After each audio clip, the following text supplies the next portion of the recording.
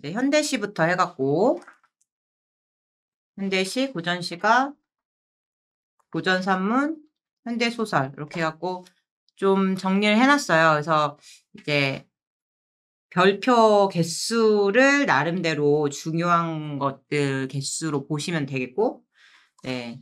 별표가 이제 안 채워져 있는 친구들은 쉽거나, 그러니까 나와도 무방한 그 교과서에서 너무 이미 많이 봤던 작품들은 별표를 아예 이제 제거를 해놨고, 색칠을 안 해놨고, 4개가 내가 봤을 땐 제일 중요한 작품, 그다음에 3개, 뭐 이런 것들 위주로 여러분들 보시면, 그러니까 별표 1개짜리, 2개짜리도 당연히 출제할 수 있는데, 익숙한 작품들이라서 나왔을 때 그냥 리스크가 없을 것 같은 애들이거든요. 근데 별표 3개짜리나 별표 4개짜리는 중요하기도 하고 그 의미를 조금 곱씹지 않으면 정확하게 문제를 풀어내기가 좀 어려운 것들 있잖아요. 그런 것들 위주라고 보시면 되겠습니다. 순서대로 한번 봐볼까? 4개짜리를 내가 뭐라고 제시해놨냐면 우선 뒷페이지로 가시면 윤동주 씨를 제시해놨어요. 사실 이제 내가 윤동주 씨가 워낙에 많이 나왔잖아요. 윤동주가 언제 나왔었냐면 2020년도에 최근에 나왔고 98년에도 나왔고 2001년도에도 나왔고 2011년에도 나왔고 워낙에 이제 윤동주 씨가 이제 많이 나왔었는데 내가 최근에 그 윤동주의 가장 조예가 깊은 교수님 강의를 들은 적이 있어요. 아주 최근이에요. 한 몇 달 전이거든요. 근데 그 교수님의 강의를 들었던 걸 완전 까먹고 있었어요.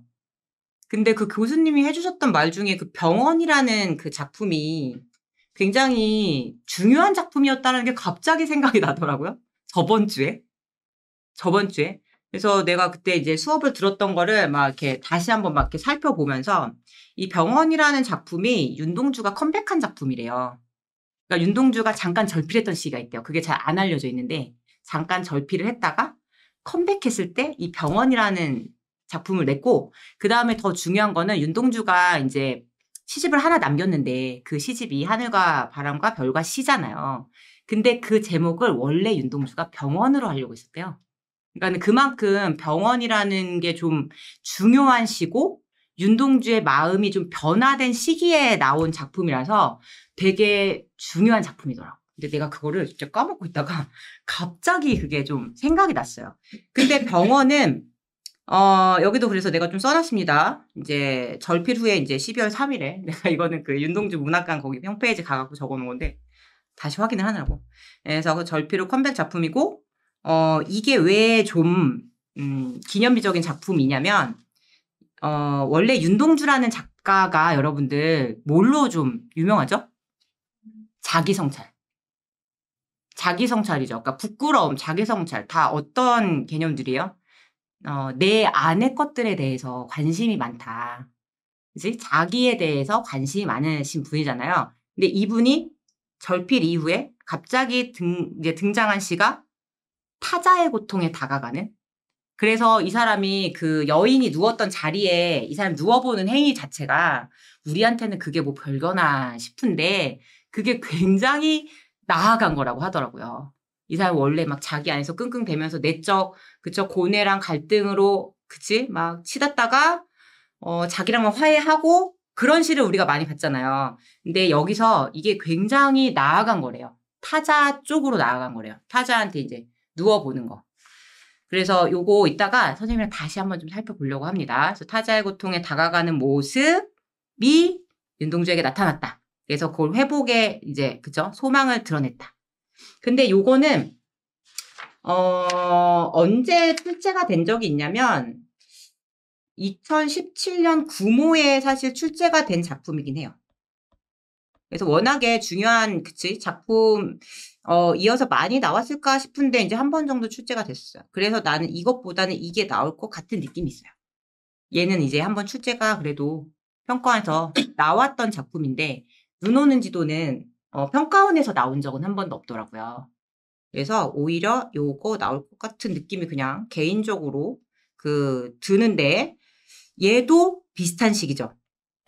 그 절필 이후의 그 시기이고, 그래서 윤동주 씨가 좀 전반부에는 개인의 성찰이나 부끄러움을 다루다가 요 후반부에는 좀 더 역사적인 자아로 나아가거든요. 그래서 눈 오는 지도도 여러분들 순이 나오잖아요. 근데 이제 순이라는 게 그냥 개인일까? 아닐 것 같다라는 그 맥락에서 이 시를 또 다시 이따가 살펴보겠습니다. 그러니까 순이하고의 이별은, 그리고 거기서 지속적인 상실감을 느끼잖아요. 이따가 여러분 잘 기억 안 나시죠? 그거를 이따 다시 한번 읽어볼 텐데, 그거를 좀 역사적으로 조국으로 볼 수 있다. 그러니까 좀 직설적으로 좀 대응을 시켜보자면 조국에 대한 상실감. 으로 눈 오는 지도를 확장해서 읽을 수 있을 것 같다는 생각이 들더라고요. 그래서 이제 그냥 1차적으로 봤을 때는 이별의 안타까움과 이제 재회 의지인데, 이거 역사적인 자아로서 해석할 수도 있는 작품이라서, 그리고 얘는 평가원에서 한 번도 안 나왔고 2020년에 수능에 나온 작품도 바람이 불어라는 좀 작품이었습니다. 그때는 좀 이 내적 갈등하고 있는 작품이었잖아요. 그러면은 출제자가 이제 윤동주에 대해서 이제 조예가 깊으신 분이라면 그 다음 시리즈를 내시지 않을까. 그때 좀 내적 갈등이니까. 그죠? 그래서 진짜 신기한 게 갑자기 윤동주가 생각이 났어요. 아니, 나온다는 건 그러니까 그냥 이게 개인적으로, 나오면 뭐지? 나 뭐지? 막 이런 느낌이 들 정도로 그냥 까먹고 있었어요. 완전히 그 강의를 까먹고 있었다가, 그분이 윤동주 기념관 만드신 분이에요. 그 교수님이. 그러니까 우리나라에서 제일 그 윤동주에 대한 조예가 깊으신 분이에요. 그러니까 그분이 들어가셨다 뭐 이런 건 아니고, 아무튼 윤동주의 그 전반적인 흐름을 봤을 때는 굉장히 중요한 시가 이 두 시일 것 같다라는 생각이 들어서 우선 얘를 내가 다시 한번 읽어봐야 되겠다. 그래서 여러분들이랑 이따가 한번 다시 한번 읽어보도록 하겠습니다. 요거는. 자, 그리고 이제 3개짜리가 앞에 좀 있으니까 앞에로 넘어가시면은 1페이지에 그러니까 백석 이런 시는 나와도 여러분들이 다 알 수 있는 시들이기 때문에 내가 굳이 그치? 중요도를 이렇게 체크를 하지는 않은 거예요. 그날이 오면 우리가 무리돼요. 이거 다 교과서에 그냥 고등학교 1, 2학년에 실려 있는 작품들이거든요. 그다음에 이거 우리가 많이 그래도 봤었죠? 고재종 시인의 감나무 그늘 아래. 이것도 조금은 생소한 시고 이미지로 여러분들이 충분히 기억할 수 있죠. 그 땡감의 좀 초록빛, 그다음에 홍시의 붉은빛, 그런 이미지로 여러분들이 그 내적 성숙으로 읽어내시면은 나와도 충분히 해결할 수 있을 것 같고, 그다음에 김기택 시인도 최근에 사실 그 윤동주랑 같이 나왔었어요. 이것도 김기택 시인 자체가 2020년에 윤동주 바람이 불어 나왔을 때 김기택의 새라는 작품 나왔거든요. 역시나 아주 중요한 작가인데 벽이라는 작품은 좀 쉬웠죠. 근데 우리 이거를 어떻게 좀 확장시켜서 읽었는지 기억나나요?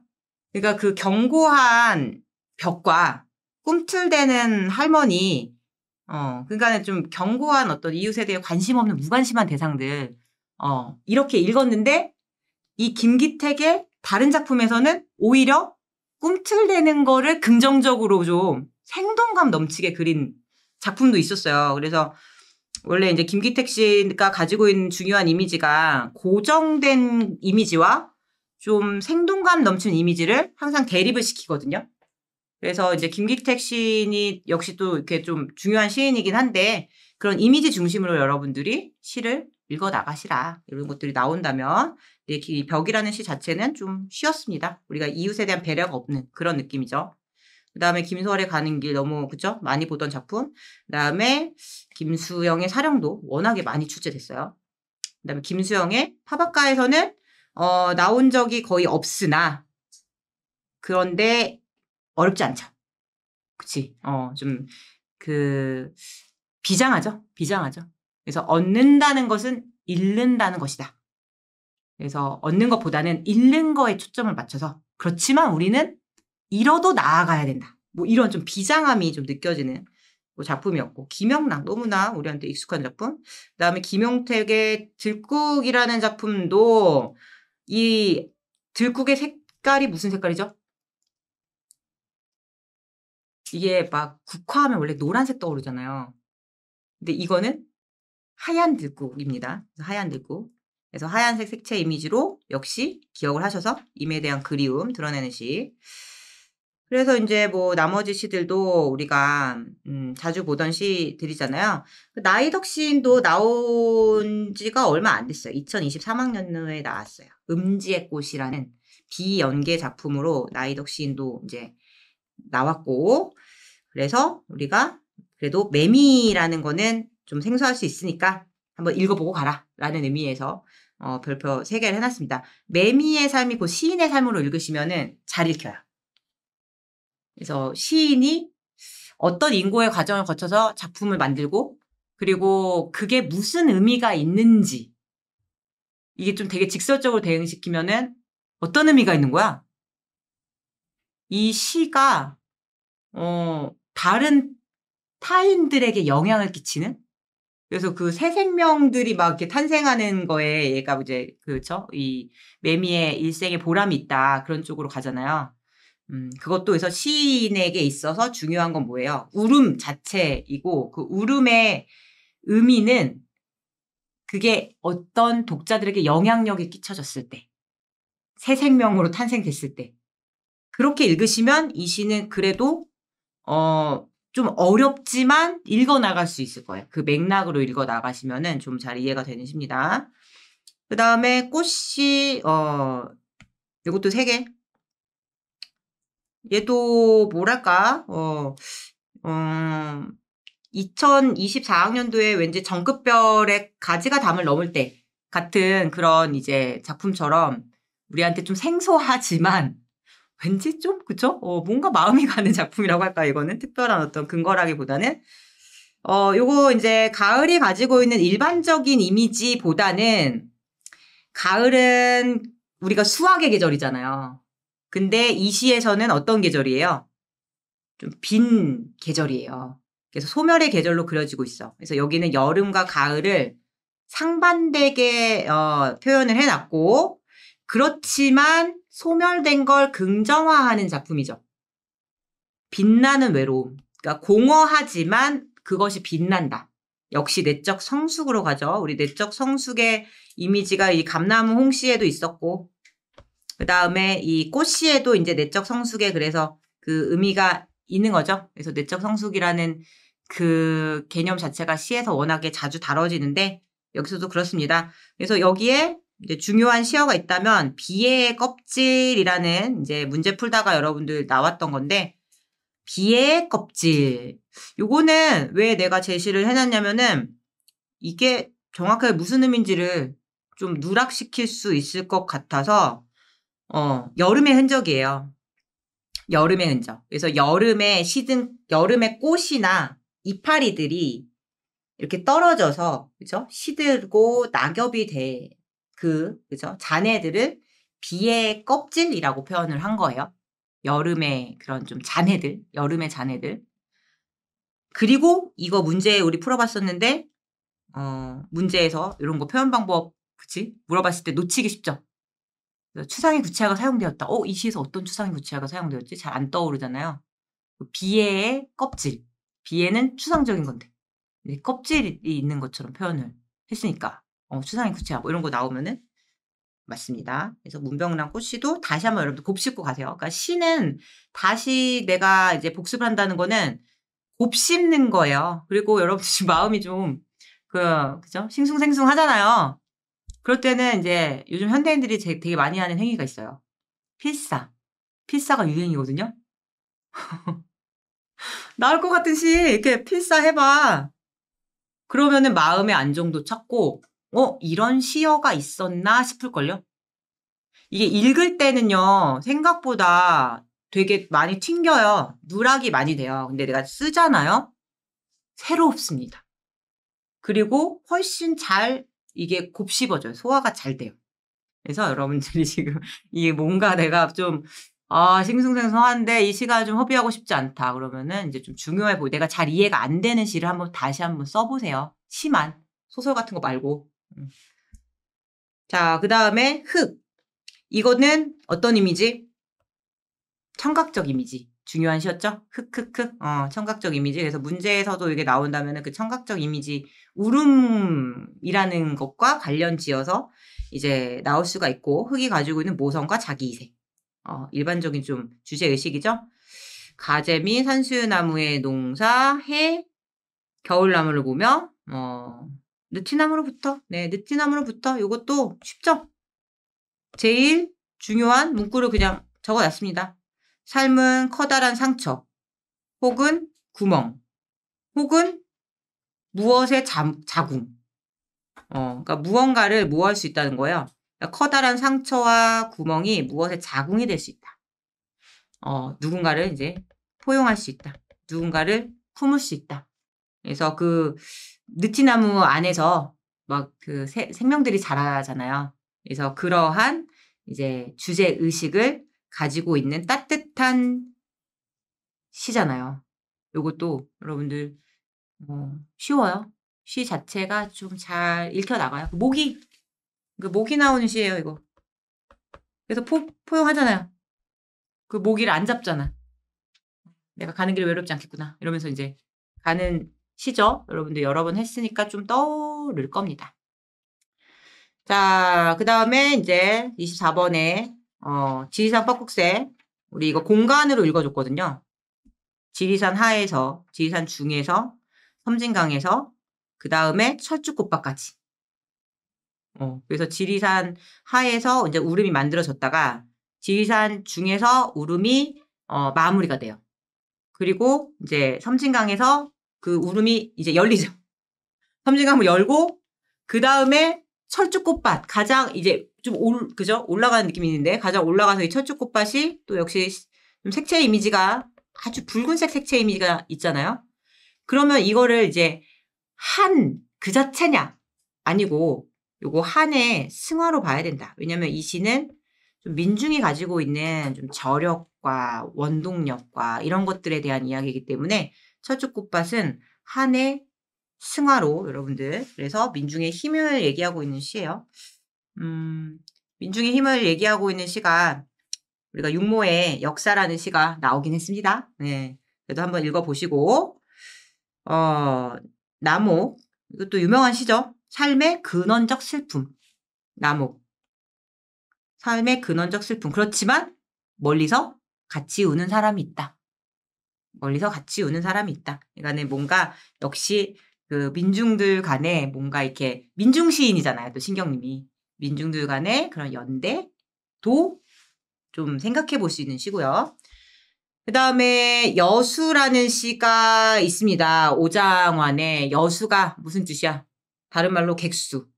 그래서 방랑자. 우리 오장환 씨가 이제 나오면 이런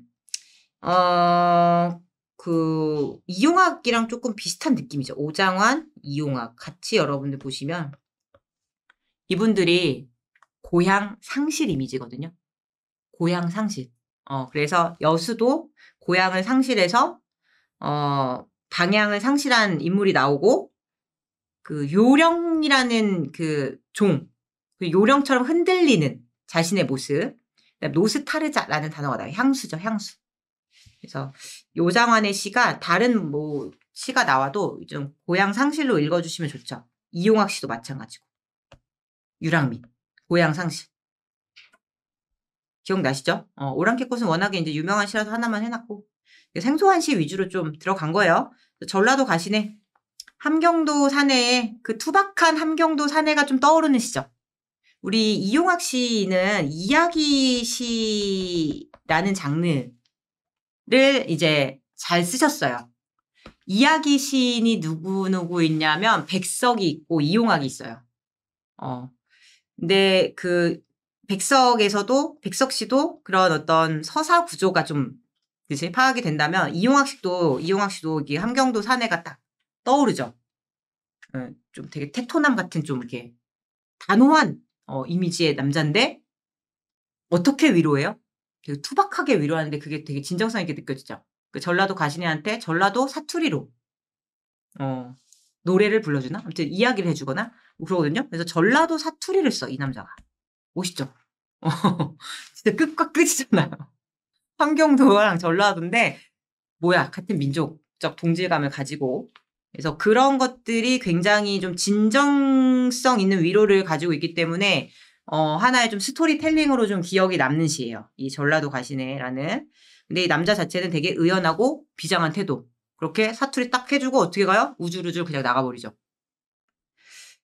그리고 유치원. 유치원도 2023학년도에 우리가 나왔던 채전이라는 작품으로 이제 나왔고 생명의서라는 작품 너무 유명한 작품이죠. 그래서 이제 윤동주를 우리가 중요하다고 봤고 광화문 겨울이에요. 겨울 불꽃나무. 너무 쉽죠? 이 시는 문명에 의해서 자연이 훼손됐다. 뭐 이런 얘기. 그 다음에 방울소리로 어디로 들어가? 고향의 유년 시절로 들어가는. 방울소리를 매개체로 해갖고. 역시 이것도 어려운 시는 아니었고. 264는 언제 나왔냐면 2022년도에 나왔어요. 2022년. 꽤 최근에 그래도 유명한 시인들이 그래도 나왔죠. 왜냐면 시는 2개 나오니까. 하나는 좀 유명한 시인, 하나는 좀 최근 시인, 좀 이런 느낌으로 나오고 있거든요. 그래서 2022년도에 초가라는 작품으로 나왔었고 절정보다는 아무래도 그래도 황혼 여러분들 다시 한번 읽어보시고 어렵진 않아요. 이것도. 황혼의 그 따뜻한 색채 이미지가 있잖아요. 그 노을빛이 지는 그 따뜻한 색채 이미지로 역시나 조금 포괄적으로 인류애에 대한 이야기입니다. 근데 이제 인류애보다는 그 시대적인 이제 면모가 있으니까 다양한 연민의 대상, 우리 민족을 염두에 둘 수 있는 그 연민의 대상에 대한 애정과 연민 이렇게. 요거 희망의 거처 2개의 자연물이 나오죠. 옥수수대랑 버드나무. 우리가 아까 느티나무 나왔는데 이제 버드나무 나옵니다. 그래서 옥수수대는 중꺾마 정신을 가지고 있는 친구고요. 얘가 그냥 허공에다가 막 발질하는 친구로 옥수수대. 그 다음에 버드나무는요. 아까 이제 느티나무는 어떤 친구였어요? 그 상처를 누굴 위한 포용의 공간으로 마련을 하는 그쵸 친구였고 이 친구는 내적으로 가요. 이 친구는 자신의 버팀목을 삼아요. 그러니까 상처에서 다시 뿌리를 내서 얘를 박아버리는 거지. 내가 좀 더 잘 지탱할 수 있게끔. 그래서 요거 문제를 풀어봤었을 때 그게 기억이 나는데 그런 식으로 방향성이 다르죠. 느티나무는 타인을 향해 있고요. 버드나무는 자기를 향해 있죠. 그래서 자기를 향한 어떤 버팀목으로 얘네들을 예찬하는 작품입니다. 다시 한번 읽어보시고 장만원의 작품은 감각적으로 읽어내시면 되겠습니다. 모더니즘이니까. 얘가 이제 그 달밤이죠. 달밤이고 막 포도, 그치? 그다음에 향그럽다, 막 후각적 이미지 막 온갖 이미지들이 나오는 감각적인 가을밤의 정치. 장성남 씨가 이제 작년에 출제가 돼갖고 장성남의 배를 밀며가 작년에 나왔었잖아요. 그래갖고 이 작품 어렵지도 않아요. 이 작품은 번짐. 바로 이제 느낌 오죠. 번짐으로 우리가 이제 조화를 이뤄요. 경계가 없는 세계. 그러니까 너와 나를 딱 부러지게 그죠? 분리하는 것이 아니고 번짐으로 이렇게 그죠? 조화를 이루는 세계. 그다음에 불사조도 어렵지 않죠? 우리 정지용의 시인데. 그다음에 조지훈의 시 2개 나왔는데 산상의 노래는 워낙에 문제가 유명해갖고 이게 산상의 노래가 수능에 나온 적은 없고 언제 나왔냐면 2021년 6월에 나왔었는데 그때 이미 앞에 무엇 천년의 무엇과 마지막 년의 무엇이 물어봤거든요. 제일 헷갈리는 지점을 이미 물어봐갖고 요게 또 평가원에서 또 내기는 쉽지 않을 것 같다. 그래서 성문은 우리 그 설화를 배경으로 하고 있는 설화를 차용한 어떤 그런 그 시죠? 그 버림받은 여인의 기다림과 한을 다루는 시라고 보시면 되겠고 이것도 그런 어떤 이미지를 중심으로 여러분들이 한번 읽어보시면 되겠습니다. 그래서 지금 내가 복습을 할 때 이렇게 별표 3개짜리는 한번 3개, 4개짜리는 복습을 하셔야 되겠고 그 다음에 1개, 2개짜리도 이게 무슨 시였지? 싶은 거는 확인해 보셔야 돼요. 지금 떠오르는 시가 있고 안 떠오르는 시가 있을 거예요. 그치? 그거는 여러분들이 스스로 한번 찾아서 복습을 해보셔야 되겠고 성의꽃도 워낙에 유명한 시라서 1개로 해놨고요. 그 다음에 우리 최승호 시인은 언제였죠? 2005년도인가 6년도에 그 대설주의보라는 시로 수능에 나왔던 이제 작가인데 자기가 그 대서주의보를 풀어봤더니 다 틀렸다. 뭐 이렇게 했던 그 시거든요. 근데 워낙에 이제 시가 좀 매력적이야. 그래갖고 좋아하는 그 독자들이 많고 문제 내고 싶은 좀 작가긴 해요. 그래서 별표 3개로 제시를 했고 내 영혼의 북가시나무. 그래서 최승우 시인의 시도 좀 곱씹어야 되는 느낌들이 있잖아요. 그래서 다시 한번 여러분들이 꼭 그 읽어보시기 바랍니다. 좀 헷갈리는 시어들이 좀 있어요. 그래서 현재랑 과거가 대비된다. 그럼 맞고요. 현재는 이념을 강요하는 시기고 과거는 순수한 시기로 나오거든요. 그리고 미래도 나와. 내가 이렇게 미래에 이런 시를 쓰게 될 거야 라는 기대감이 드러나거든요. 그래서 그런 시간적으로도 읽을 수 있는 시고 그 다음에 우리가 그 문제를 풀어봤을 때 그때 이거 그죠? 주의해야겠다라고 했던 포인트가 있었는데 허공이라는 공간과 밤이라는 시간에 대한 상징적 의미. 이 밤이라는 거는 일반적으로는 되게 부정적인 시간이잖아요. 근데 이 시에서는 이 사람이 밤에 어떤 그 순수했던 시절을 막 이렇게, 그죠? 떠올리거든요. 그래서 위로의 시간으로 우리 수능특강 사용 설명서에서도 나와 있어요. 그래서 위로의 시간이고, 그 다음에 허공은 또 이제 순수한 공간, 자유의 공간, 위로의 공간, 이런 또 긍정적인 이미지가 있어요. 이것도 다시 한번 여러분들 체크를 해보시기 바랍니다. 그 다음에 아마존 수족관은 최승호 시인의 시의 어떤 시적 세계가 일반적으로 이런 현대인의 속성을 비판하는 시들을 많이 쓰시기 때문에 그런 맥락에서 읽어내길 수 있다. 국어 가장 유명하잖아요. 현대인의 이러한 어떤 물화된 모습, 영혼 없는 모습, 영혼 상실한 모습, 이런 모습들을 국어를 통해서 이야기를 하셨고 우리가 그 시를 되게 유명해갖고 많이 알고 있는데 그런 느낌이죠. 이 아마존 수족관도 여기에 그 수족관에 있는 물고기들이 상품화되어 있잖아요. 그러면 자연물만 상품화되어 있을까? 이 시인은 그렇게 이제 시인이 썼던 것들을 보면은 인간이 물화된 것들을 되게 많이 다루시거든요. 인간이 사물화되고 상품화되고 그러니까 북어처럼 그냥 동태눈깔 되는 거 있잖아요. 그런 경우를 이제 시에서 많이 쓰셨기 때문에 이 상품화된 자연물은 확장시켜서 물화된 인간으로 볼 수가 있어요. 그 아마존 수족관에 있는 물고기들이 인간이에요. 인간으로 확장시켜서 이해할 수 있습니다. 그래서 얘네한테 뭘 선물하죠? 시를 선물하죠. 왜냐? 시가 가지고 있는 가장 본질적인 상징적 의미는 영혼적인, 정신적인 가치죠. 그래서 이 시를 선물한다라는 거는 정신적 가치에 대한 회복을 염원하는 그런 의도가 있어요. 그래서 마지막에 시를 선물하면서 마무리를 이제 짓고 있는 것도 굉장히 이제 최승호 시인에서 시인의 시니까 그런 맥락에서 잘 이해가 되는 거죠. 그래서 이것도 여러분들 작가 연계도 나올 수가 있기 때문에 받으시고 그다음에 최아림의 시나 이제 한영훈의 시는 좀 쉽죠? 우리가 당신을 보았습니다. 그렇게 현대 시를 좀 정리를 해봤습니다. 그 다음에 이제 좀 빨리빨리 나가야 되겠네. 그 다음에 고전 시가로 한번 가볼게요. 고전 시가도 4개짜리 먼저 볼게요. 우리가 고전 시가 좀 여러 번 좀 이제 반복을 했거든요. 4개짜리를 내가 그래도 이제 또 너무 많이 하면 그래서 3개만 해놓은 것 같아. 여러분들도 내가 강조를 많이 했기 때문에 알걸요? 그치? 왜냐면 내가 읽다 보니까 너무 재밌더라고. 문제를 좀 내고 싶고, 막 그런 표현 욕구가 좀 이렇게 샘솟는 북청가나, 그 다음에 29번에 출세곡이나, 그 다음에 39번에 이제 북세곡. 요거가 이제 4개로 제시를 해놨고, 우리가 외부지문까지, 열심히 읽어봐갖고, 작가의 마음을 좀 잘 이해를 했기 때문에, 여러분한테 좀 자신 있는 그 작품이지 않을까 싶습니다. 작년에 뭐가 나왔었냐면, 작년에 간민가가 나왔어요. 굉장히 현실적인 작품이죠.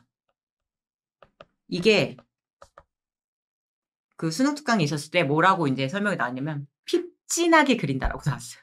핍진하게 그린다. 진짜 그러니까 현실적으로 그린다보다 좀 더 뾰족한 단어예요. 정말 극한적으로 현실적으로 그린다. 아주 그 당시의 시대적 상황을 핍진하게 그린 작품이 이제 간민가고, 핍진하게 그릴 수 있었던 것은 그때 이제 갑산의 백성이 아마도 이걸 썼을 것이다라고 추정을 하거든요. 그래서 되게 진솔한 작품이었지. 진솔한 작품이 확실히 좀 문제 내기도 쉽고 문제 내고 싶은 좀 느낌이 있어요. 그 다음에 2024학년도에는 뭐가 나왔냐면은 일동장류가가 나왔어요. 사대부 작품이죠. 근데 이것도 우리가 흔히 알고 있는 부분이 아니고 조금 이렇게 진솔한 부분, 이 화자의 마음이 좀 잘 들어간 부분 나왔고, 23년도에 뭐가 나왔냐면 도산시비곡이 나왔어요. 시조죠. 그 다음에 이제 지수정가가 나왔습니다. 그래서 내가 지수정가가 나와갖고 김득연의 사실 산중 작곡은 내가 한 개로 해놨는데, 사실 얘는 뭔지 알아요? 연시조거든요. 사실 연시조면 사실 2개 해도 되는데 왜 한 개로 했냐면, 김득연이 지수정가를 쓴 사람이거든요. 2023년도에 지수정가가 가사예요. 우리가 이거 수업할 때도 얘기했는데, 그 지수정이 정자겠죠. 그 산중 작곡이 그 근처에서 쓴 시조예요. 지수정가랑 산중 작곡이랑 굉장히 비슷해갖고 내가 그래서 연시조인데 별표 하나를 해놓은 이유는 그렇게 있다고 보시면 되겠습니다. 그리고 22년도에 탕군가 나오고, 이거 한번 정리를 해봤거든요. 그 다음에 3위인곡 나오고, 3위인곡 2021년도에 나왔더라고. 그러면 이제, 그쵸? 성미인곡이 나오기보다는 다른 작품 좀 나오는 게 좀, 그쵸? 나오지 않을까? 이런 생각을 해갖고, 이제 북청가랑 출세곡이랑 북세곡, 우리가 열심히 했던 작품들이니까, 우리 선생님이랑 수업을 했던 친구들은 좀 나오면 좋겠죠? 다시 한번 읽어보세요. 북세곡? 북세곡 지금 찍었어, 지금 북세곡. 그쵸? 북세곡 왠지 좀 이렇게 마음 끌리죠? 예. 진솔하잖아. 작품이 굉장히 진솔하잖아. 그리고 수능에 나올 만한 가치가 좀 있다. 왜냐면은 되게 여기에서 이 사람이 되게 따뜻한 사람이고, 공직자로서 정말 훌륭한 면모를 보이고 있기 때문에, 네. 그런 점에서도 되게 도덕적인 작품이잖아요. 그래서 그런 느낌에서 이제 좀 내고 싶을 것 같다라는 생각이 나도 들었어요. 요거 좀 재밌어서 이렇게 제시를 해 놓은 거고, 그다음에 이제 3개짜리는 뭐냐면요. 나머지는 좀 2개짜리네. 요것도 이제 가사라서 4개, 3개 해 놓은 거예요. 사실 나는 잘 모르겠어요. 매력이 나한테는 별로 없어 갖고 용부가가. 그래도 가사라서 우선은 3개로 지금 제시를 해 놨고, 요거는 한시예요. 근데 내가 왜 2개로 해 놨냐면, 좀 이게 뭔 소리지 하는 문장들이 좀 있어요. 그러니까 해석이 좀 헷갈리는 포인트가 있을 수 있어. 그래서 나왔을 때 조금 리스크가 있을 수 있겠다. 한시가 나오기 조금 어렵긴 하지만, 네, 그래서 한번 읽어보세요. 요거는 헷갈릴 수 있으니까. 그 다음에 얘는 연시조라서 내가 이제 2개를 해놨습니다. 매낭국주가 아니고 매솔국죽 사우 내 친구. 그래서 매솔국죽이 4명의 친구고, 우리 수특에서는 국화만 나왔어요. 근데 우리가 다른 것도 봤어요. 근데 특별히 어렵지 않습니다. 특별히 어렵지 않고 여러분들이 이 정도 해석을 할 수 있을 것 같아요. 그러니까 해석을 할 수 있는 작품들은 조금 이제, 그죠? 내가 이렇게 얘도 연시조지만 해석이 어렵지 않기 때문에 2개로 해놓은 거예요.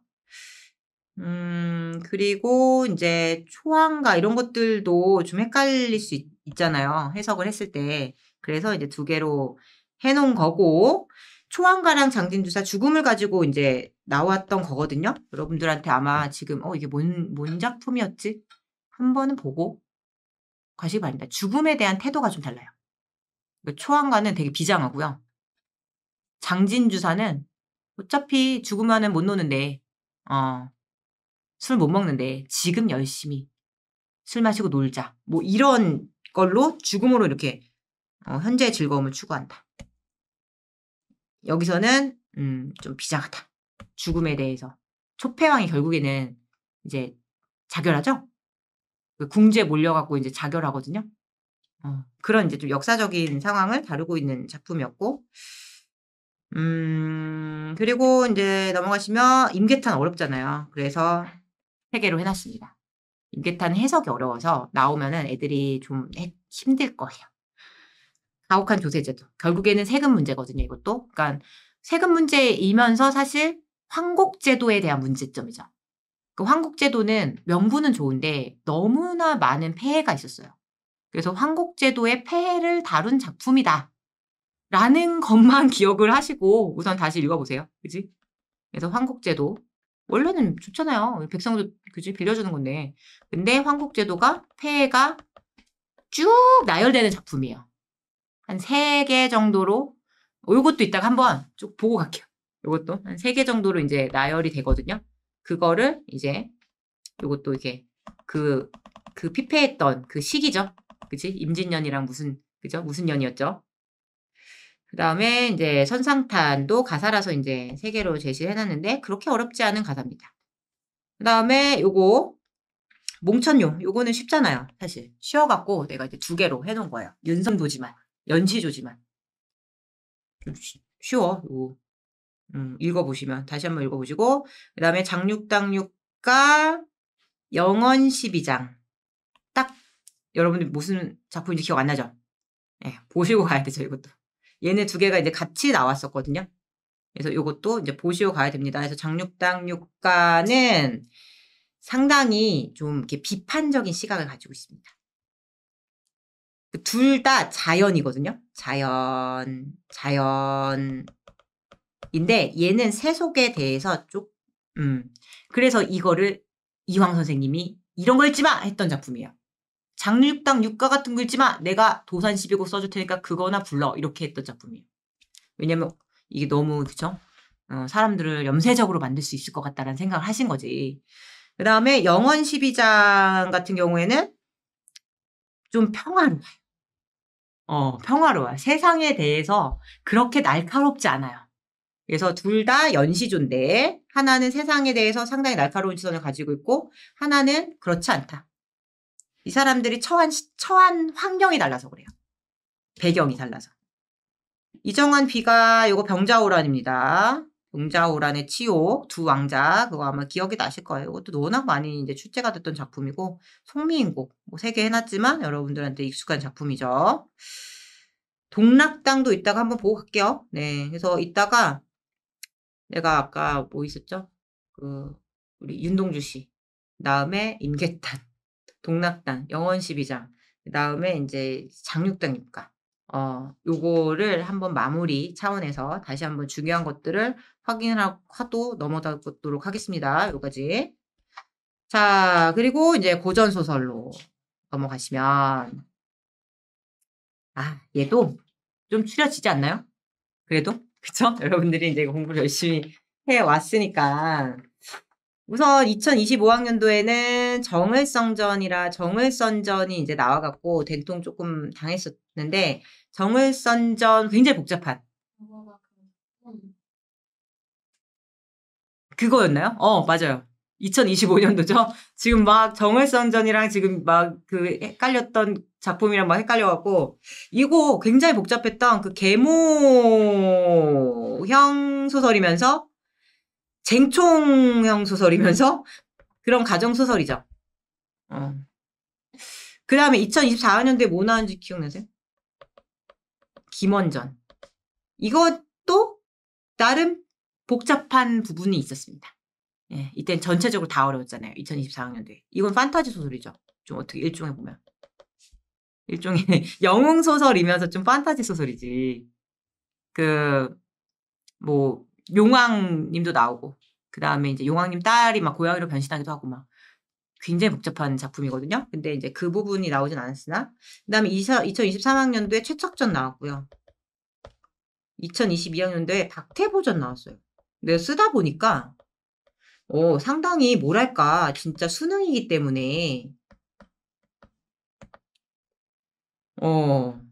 보시면 우리가 원래 좀 고전소설 보다 보면 중국 사람들 많이 나오잖아요. 근데 이렇게 보면 수능에 나온 사람들은 대체로 한국 사람. 정신사는 나오는 거 아니에요? 아니야, 저기 옥소전. 옥소전 나오지. 뭐 있죠?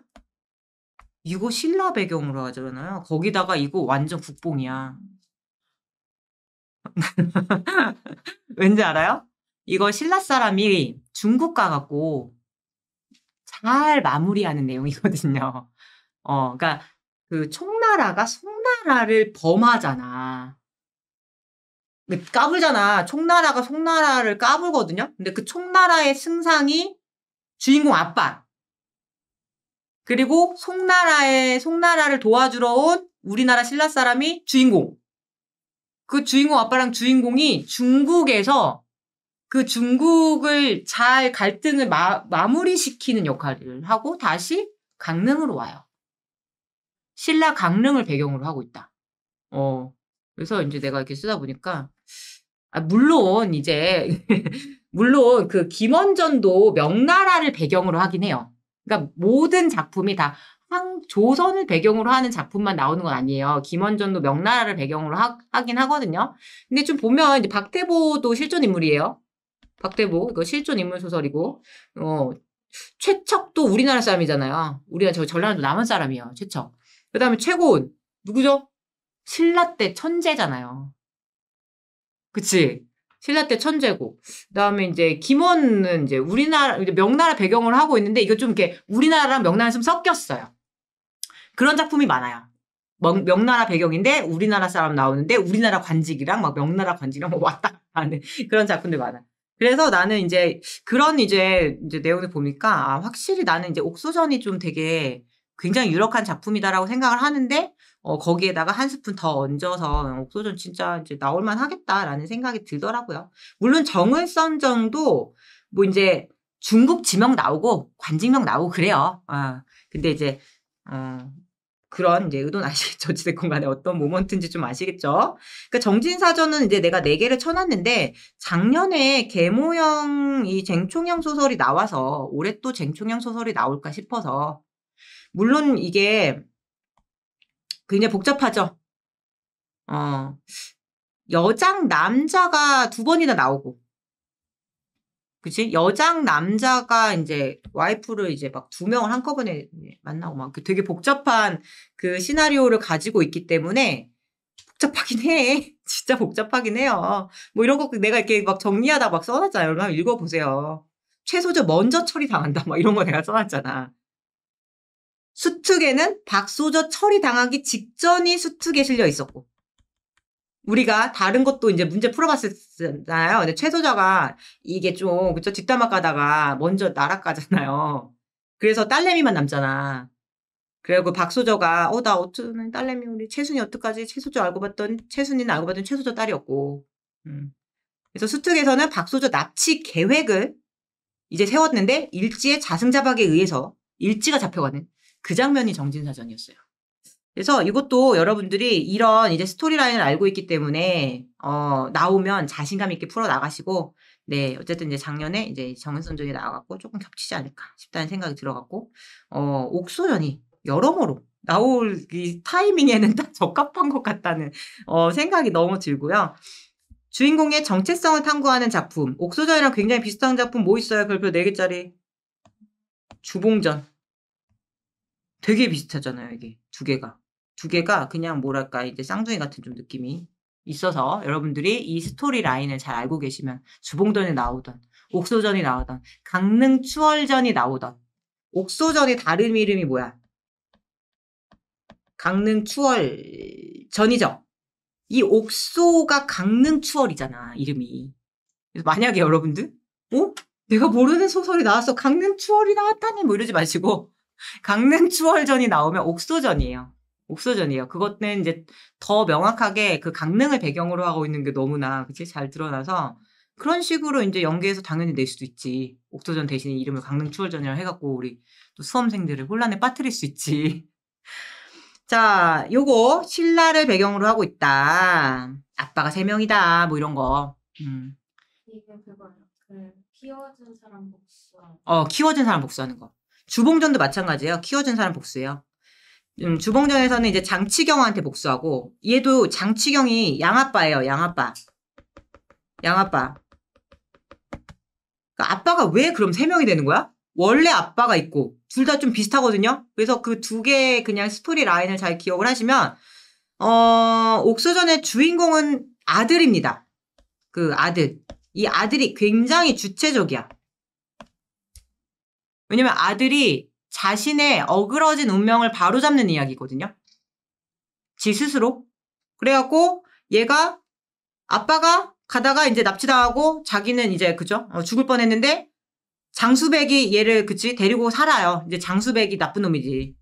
서령국은 누구냐면 이 엄마가 이제 절에서 얘를 키우잖아요. 절에서 낳잖아. 근데 절에서 낳은 다음에 얘를 이제 위험하니까 서령국한테 양자로 줘요. 근데 그쵸? 그 이후에 장수백한테 이제 뺏기는 거지. 그래서 아빠는 3명이야. 양아빠야.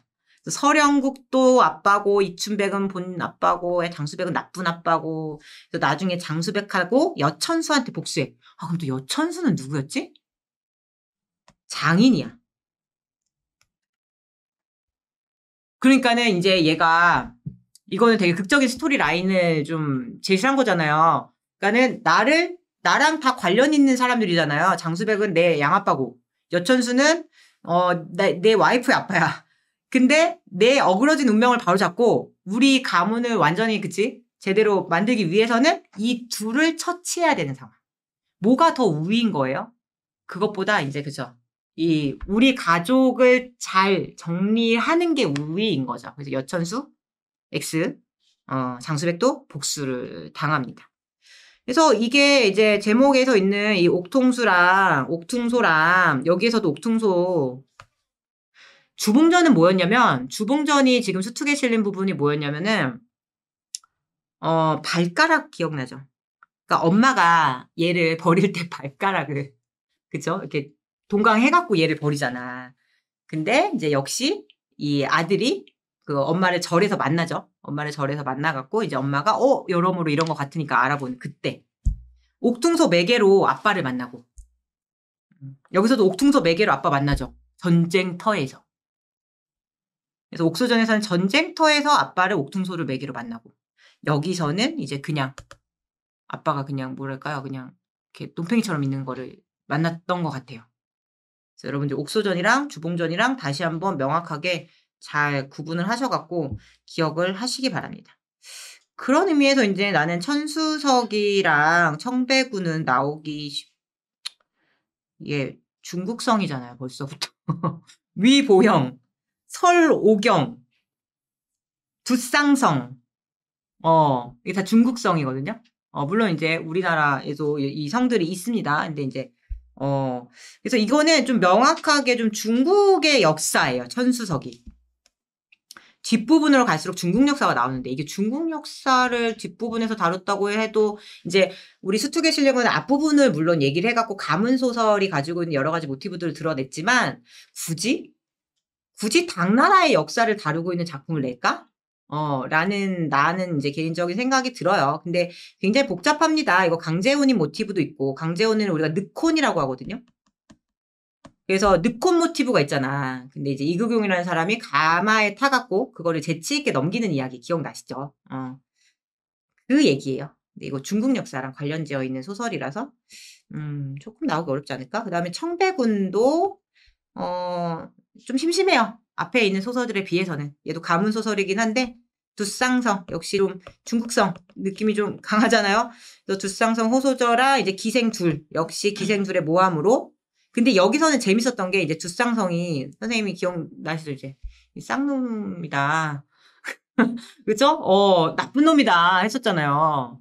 얘가 호소저를 믿지 않고 호소저를 계속 몰고 가거든요. 그걸로 기억을 하시면 돼요. 그 두쌍성 나오면은 쌍놈 새끼. 예, 자기 와이프를. 그쵸? 이렇게 지가 모함을 못 믿어? 이런 거지. 자기가 기생한테 넘어간 거지. 기생이 2명이 나오거든요. 그 다음에 이제 내가 4개짜리 요건 복잡해서 넣어놨습니다. 복잡해서. 그리고 이게 또 뭐가 있냐면 실존 인물이. 그러니까 실존 인물 향랑의 이야기를 그러니까 향랑은 조선시대 사람이거든요. 조선시대 연료야. 근데 그거를 이 작가가 굉장히 완전 천재거든요. 이 김소영이라는 사람이 되게 그 시대 천재예요. 근데 그 천재가 상상력을 발휘해서 이 향랑을 신라로 옮겨놔요. 그래서 신라의 이야기로 엄청나게 그죠? 이게 막에 나오고 염계 나오고 판타지 소설입니다. 근데 되게 유명한 소설이에요. 조선시대 판타지 소설로는 굉장히 유명한 소설이어서 이 소설도 굉장히 중요할 것 같다. 그 다음에 우리 또 김유신도 나오고, 그죠? 삼국 통일 얘기 나오거든요. 그런 의미에서 또 수능에서 나올 만한 그런 작품이지 않을까 해서 여러분들 다시 한번 다시 한번 살펴보시기 바랍니다. 그 다음에 뭐 3개짜리 뭐 있어요? 뭐 채생교 이거 간단해요. 채생교 여러분들. 요거 성공한 중인한테 양반이 모냥 빠지는 그런 이야기죠. 숙향전도 여러분들 너무 많이 나왔잖아요. 그치? 숙향전도 그래도 중요한 소설이니까 적강 애정 소설이고. 그리고 또 이제 3개짜리 내가 뭐 해놨어요? 김시습의 남년부주지. 남년부주지를 만약에 이제 데뷔를 안 한 친구들한테는 나오면은 이건 진짜 힘든 작품이지만 우리 되게 쉽게 읽었죠. 아니야? 이거 그러니까 김시습 본인의 내적 그 엄청난 그 탐구와 고뇌가 들어간 작품? 김시습도 천재잖아요. 김시습도 이제 완전 천재야. 이 사람 이제 유교 보이란 말이야. 유교 보이란 말이야. 근데 자꾸 나는 불교의 마음이 쓰이네. 나는 자꾸 이 선계의 마음이 쓰이네. 그 자신의 내적 갈등을 염라대왕을 설정을 해서 대화로 풀어나가는 거야. 그러니까 여기 나오는 박생도 김시습의 자아고요. 염라대왕도 김시습의 자아예요. 그래서 자기가 해소를 못한 거를 소설을 통해서 이제 막 해소를 해보려고 했던 거죠. 그리고 거기에는 뒤에 가시면은 해조 욕하고, 왜냐면 이제 유교의 왕도 정치, 이런 것들을, 그치? 행하고 있지 않은 그 당시에 이제 이 김시습은 이 세조를 극혐했던 사람이니까, 그래서 이제 그 생육신이 된 사람이고, 단종하고는 엄청난 인연이 있는 사람이잖아요. 그래서 세조를 욕하면서 왕도 정치란 무엇인가, 뭐 이런 얘기 하는 거야. 좀 정치적인 이야기야, 사실. 이해를 하시면. 그래서 종교관, 국가관, 정치 비판. 이렇게 읽어 나가시면 이거는 그래도 이제 읽을만 하다. 내용을 이렇게 전혀 이걸 갈피를 못 잡으면은 정말 읽기 어려운 소설이거든요. 그래서 그 정도만 아시면 됐고. 자, 마지막 현대소설. 야, 여기, 그죠? 현대소설은요, 내가 중요도를 체크를 하지 않았고요. 왜냐면은 이게 아시겠지만은 연계가, 되지 않죠. 연계가 언제 이후로 안 됐냐면 2021학년도 이후로 연계가 안 됐습니다. 2021학년에 서영은의 사막을 건너는 법. 요때 연계가 되고 이 이후로는요, 연계가 안 됐어. 근데 이제 그래도 한번 추측을 해봤습니다. 윤은길 씨가 나왔고요. 2023학년에 최명희 씨, 홈플이 아니구나. 쓰러지는 빛이 나왔고, 2024학년도에 여러분들이 많이 봤던 박태원 작품. 그 다음에 2025학년도에 이청준 작품. 요건 좀 쉬웠고, 요거는 굉장히 어려웠고. 그 다음에, 그래서 소설은 최근 경향이 중요해요. 육모랑 구모가 좀 중요합니다. 육모에 지금 뭐 나왔죠? 이범선의 표구된 휴지 나왔죠. 그죠? 그 표구된 휴지 나왔고, 그 다음에 염상섭 작가의 두 출발이 나왔습니다. 그래서 작가 연계 한번 됐네요. 염상섭의 3대. 염상섭의 3대. 이렇게. 그러니까 이게, 근데 작가 연계는 될 수 있어요. 작가 연계는 될 수 있지. 여기 있는 작가들 중에서. 윤흥길인데 잘못 나왔네. 윤흥길 작가 거는 좀 나오기 어려울 것 같아요. 왜냐면 2022학년도에 나왔고, 구모, 육모에 작년도에 너무 많이 나왔어요. 작년에 날개와 수갑이 나왔었고, 그래서 윤흥길 작가, 주효섭 작가, 이광수, 날개는 여러분들 너무 유명해서 잘 알잖아요. 교과서 다 알잖아. 나와도 괜찮잖아. 오히려. 그죠? 오히려 괜찮잖아. 여러분들이 어려워하는 건 뭐냐면, 내가 요거, 그죠? 요렇게 좀 묶어서 우리가 최근 경향으로 보시면 됩니다. 박태원 소설 잘 보셔야 되고, 그 다음에 염상섭 표구된 휴지. 요거까지 최근 경향으로 보시면 돼요. 그게 뭔 말이냐면 내가 이제 맨 앞에다가 여러분들 해놓은 거에서 소설만 한번 볼게요. 우선 시간이 없으니까. 현대소설은 어떤 작품이 나오지 않잖아요. 그러면은 이거는 좀 더 본질적으로 관례적으로 접근을 해야 되는 거예요. 장르적으로. 그러면은 현대소설에서는 어떤 식으로 문제를 출제하고 있냐. 굉장히 서술상의 특징이 뚜렷한 작품들을 내고 있어요. 그래서 우리가 소설을 읽을 때 하수들은 이것만 봅니다. 현대소설을 읽을 때 하수들은 뭐만 보죠? 사건. 그죠? 그래서 인물, 사건. 배경도 안 봐. 하수든. 그러니까 무슨 이야기지? 이것만 보죠. 자, 그런데 여러분들은, 그죠? 이거를 물어보는 거는 주로 고전소설이죠.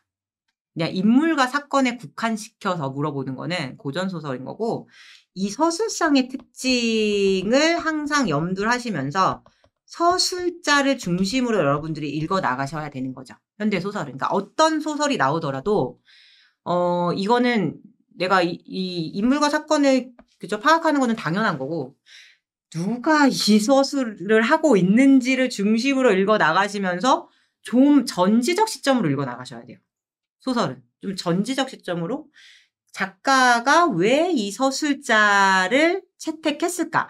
왜 작가는 여기서부터 역순행적 구성이네? 뭐 이런 거 있잖아요. 그래서 서술상의 특징, 그래서 시점, 구성, 이런 것들 있잖아요. 이런 것들을 주의해서 읽으셔야 됩니다. 그래서 내가 여기다가 써놨듯이 서술상의 특징을 고려해라. 서술상 중심으로 읽어라. 그 다음에 구성상에 우리 그 표고된 휴지 같은 것들도요.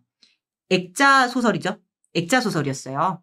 그러니까는 그런 좀 특이점이 있는데 액자 소설인데 어떤 특이점이 있었어요? 단락별로 이게 끊어지는 게 아니고 단락 안에서 끊어졌죠. 그래서 여기까지가 외화고 여기서부터가 내화야. 막 이런 식인 작품을 낸다니까요. 그래서 줄거리만 보면 안 되고 읽으시면서 여기서 장면이 바뀌었네. 장면의 전환에 굉장히 예민하게 반응을 하셔야죠. 그래서 고전 소설이든 현대 소설이든 기니까 장면 단위로 당연히 읽으셔야 돼요. 끊어서 장면 단위로. 고전 소설이든 현대 소설이든 그지? 장면 단위로 이제 끊어서 읽어 나가셔야 되는 거지. 좀 내가 많은 걸 좀 요구하고 있는 것 같긴 하지만 이렇게 읽으셔야지 여러분들이 이 출제자의 좀 그치? 시선에서 문제를 풀어 나갈 수가 있어요. 그래서 끊어 읽으세요. 여기까지 장면이 바뀌었네 하고 좀 끊어 읽으시고 너무 기니까. 이거 액자 소설이면서 역순행적 구조였고 그 다음에 박태원의 골목안이나 염상섭의 두출바 같은 작품은 어떤 작품들인 거죠? 장면화된 지문 출제 경향이라고 내가 써놨습니다. 도대체 이 대화는 무슨 소리인지 누가 이 얘기를 하고 있는 건지 모르겠는 걸 일부러 내는 거죠. 그래서 그 골목안도 마찬가지였죠. 이 누가 얘기하고 있는 건지 특히나 이 서술이 문장이 주어가 여기 있어. 서술은 여기 있어. 그치? 그런 것들도 여러분들 그쵸? 주어와 서술어의 관계 이런 것들 막 계속 파악해야지 대화의 맥락을 파악할 수 있었던 거. 그래서 이 골목안도 이 서술자에 대한 문제가 나왔었잖아요, 여러분들. 선생님이랑 저번 시간에 저저번 주인가 그죠? 풀어봤었어. 그래서 다시 한번 그 육모, 구모, 그다음에 작년 수능 이것들 보셔야 됩니다. 그때는 내가 다시 풀어보는 게 아니고 분석하시면서 내가 누구 가르친다 라고 생각하시면서 분석하시면서 지금 보셔야 돼요. 그래서 대화 맥락 파악하시면서 머릿속으로 이제 상황이 그려져야 된다. 그래서 아마도 어렵게 나오면 이런 식으로 나오고 있는 거죠. 뭐 작년처럼 이청준 소설은 좀 쉽게 나왔잖아요. 그런 경우들은 그래도 빨리빨리 그냥 해결해 나가시면 되고 어렵게 나온다면 거의 이런 경우예요. 서술상의 특징 잘 파악이 안 되거나 인물이 누가 말하는지 파악이 안 되거나 그래서 그거를 다시 한번 곱씹어 보시면은 되겠습니다. 그래서 내가 이제 여기다가 이제 딱히 그거를 할 수가 없었어요. 근데 이제 조금 마음이 가는 작가가 있다면 마음이 가는 작가가 있다면 갑자기 또 마음이 가잖아. 나 왜 이러는 거야? 왜 갑자기 마음이 가죠? 이게 왜 그런 줄 알아요? 계속 생각을 해서 그래요. 이게 계속 생각하잖아요? 그러면은 막 그게 갑자기 마음에 가기도 하고 갑자기 떠오르기도 하고 막 그러거든요. 나는 그 좀 업으로 삼고 있으니까. 얼마 전에는 막 자꾸 박완서 작가님이 자꾸 이렇게 막 너무 마음에 가서 마음에 간 것도 아니에요. 그냥 이제 나는 이제 윌랑가 웰랑가 그걸로 이제 전자책을 읽는데 그냥 우연히 그냥 박완서님의 오래된 수필집을 봤어요. 너무 좋더라고요. 그래서 박완서 작가님 그치 있었지. 박완서 작가님 너무 좋다. 근데 박완서 작가님은 근데 나오면은 쉬운 작품이죠. 서시장의 특징보다는 정말 이렇게 진솔한 작품들 많이 나오거든요. 그 다음에 또 갑자기 이제 어떤 작가가 좀 이게 양 기자님이 좀 나올 때 되지 않았나 싶어요. 양 기자님. 양 기자님이 언제 나왔냐면은 꽤 됐어요. 언제 나왔지? 2014년도에 나왔어요. 원미둥 시인으로 나왔어요. 그래서 우리 양 기자의 방울새 나는 요번에 그 양 기자의 여러분들 그게 몇 년도지? 내가 잠깐만요. 그 양 기자의 소설 중에서 되게 유명한 소설이 있어요. 2012년도였던 것 같은데 내 기억에 맞을 거예요. 2012년도 고3 3월 밤의 노래라는 작품이 있어요. 근데 이 작품이 수험생들한테 좀 어렵다라고 평가됐던 작품이거든요. 근데 이게 양 기자 작품인데 이게 좀 그래요. 누가 말하는 건지 모르겠어.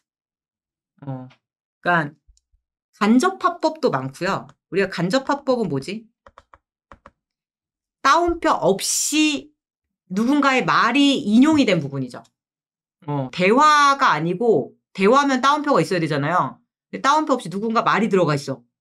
근데 그 말이 누가 한 말이지? 이런 게 좀. 그 다음에 병치돼 있어요. 여러분들 방울새 나랑 한번 풀어보긴 했는데 이것도 양 기자님의 그 소설상의 특징이 좀 있는 게 뭐냐면 병치 구조라는 게 있거든요. 좀 구성상의 특징이 좀 있잖아. 좀 역순행적 구성 이런 거 말고 조금 새롭잖아. 이게 뭐냐면 나의 이야기와 남편의 이야기가 병치돼 있어요. 방울새가 나랑 딸이 조류관에서 만난 새예요. 근데 남편은 지금 감옥 가 있어요. 그러면서 남편을 떠올리는 작품이거든요. 남편이 방울새 같다는 거죠. 갇혀 있잖아요. 그래서 조류관에 갇혀서 방울새가 목소리를 잃었어요. 남편도 목소리를 잃었어요.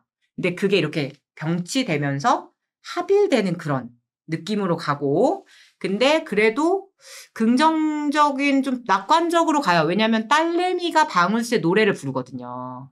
그거는 이제 다가오는 세대는 그래도 목소리를 마음껏 낼 수 있지 않을까? 그런 식으로 가는 작품이 한번 읽어보세요. 요거 줄거리 한번 보세요. 이건 제목 이제 주제는 진정한 존재의 의의를 상실한 현대인인데 그래서 요게 그런 병치 구조, 나에 대한 이야기와 남편에 대한 이야기를 토대로 인간의 어떤 존재에 대한 이야기, 존재 상실, 정체성 상실에 대한 이야기를 다루고 있다. 근데 밤의 노래도 병치 구조예요.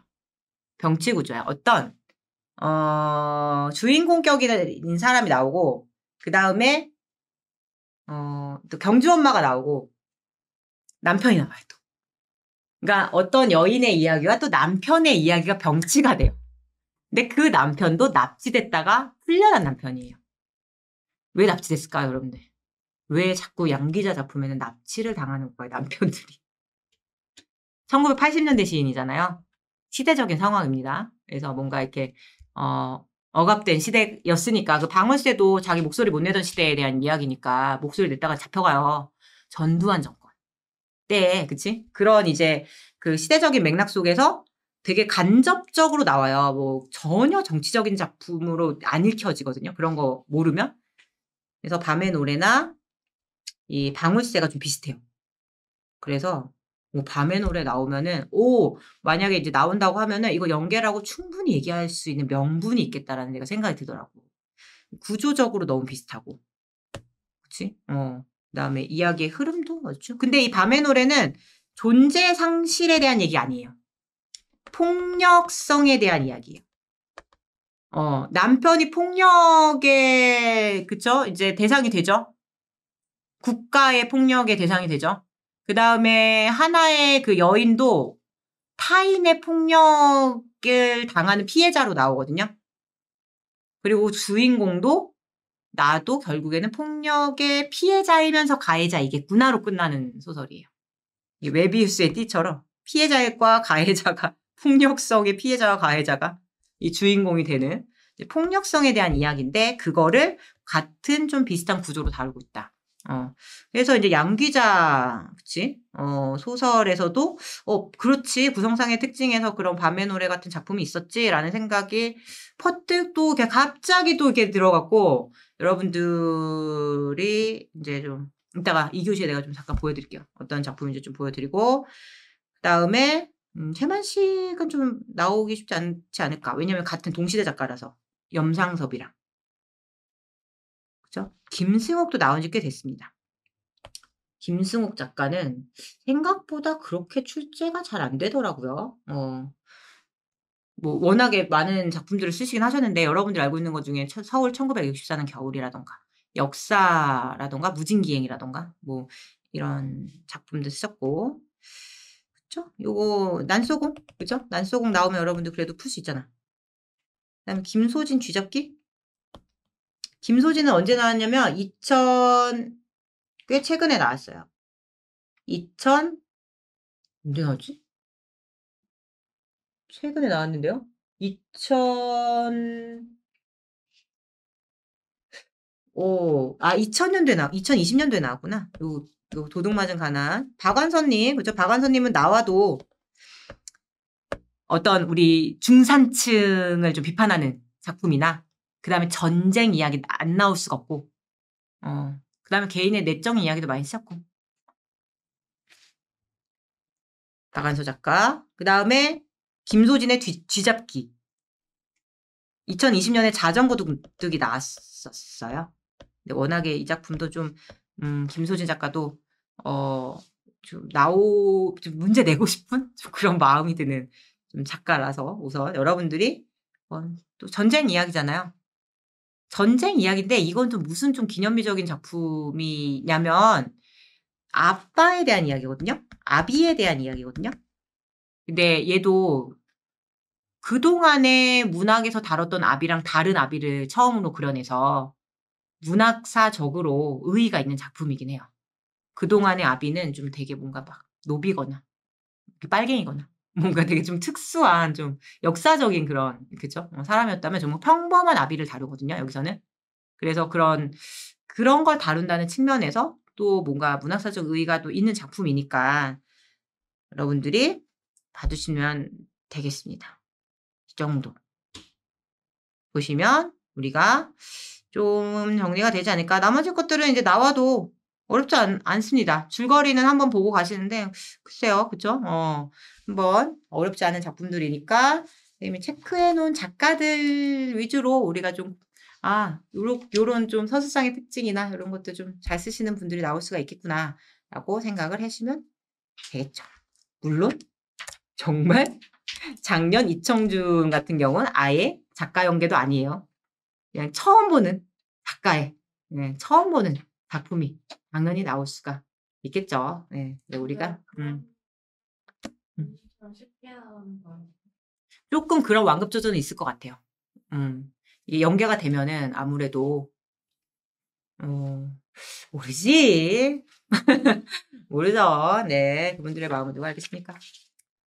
자, 그렇게 우리가 총 166작품에 대해서 열심히 공부했던 거를 한 큐에 싹 정리를 해봤습니다.